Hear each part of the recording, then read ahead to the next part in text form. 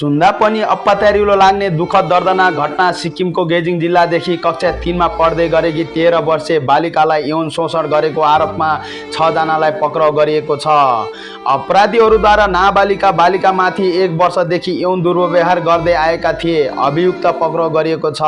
गेजिङ जिल्लाबाट बिहिबार एक भयानक यौन दुर्व्यवहारको घटना बाहिरिएको छ, जहाँ 2024 देखि 2025 सम्मको बीचमा 13 वर्षे बालिकामाथि धेरै पटक यौन दुर्व्यवहार गरिरहेका थिए। प्रहरी रिपोर्टका अनुसार गेजिङ जिल्ला अन्तर्गतको एक विद्यालयको बाल कल्याण समिति CWC का सदस्यले FIR दर्ता गरेका थिए, जसलाई संस्थामा अध्ययनरत 13 वर्षे नाबालिका बालिकामाथि यौन दुर्व्यवहारको कथित घटनाको बारेमा जानकारी दिएको थियो।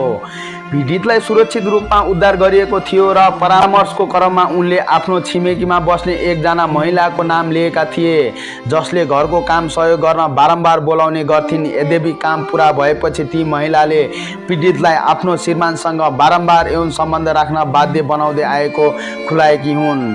त्यति मात्र नभएर ती महिलाले अन्य 2 जना व्यक्तिलाई पनि बोलाएर पैसाको बदलामा ती नाबालिकासँग यौन क्रियाकलापमा संलग्न गराउँदै आएका थिए।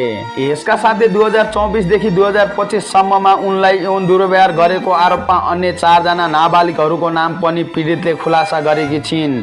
पीडित नाबालिकाले बारम्बार पेट दुखिरहेको भन्दै छटपटिएपछि यो घटना बाहिरिएको हो र सिक्किममा प्रहरीले 1 महिला र 3 पुरुषसँगै 4 जना नाबालिग पक्राउ गरेको छ।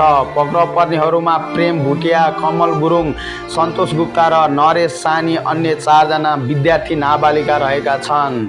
2024 देखि ती नाबालिका किशोरीमाथि यौन शोषण गर्दै आएको खुलासा भएको छ र ती अपराधीहरूलाई कानुनी धारा अन्डर सेक्सन N को 2012 धारा 3, 4, 5, 11 र 6 को धाराको मुद्दा लगाई अनुसन्धान अगाडि बढाइएको छ।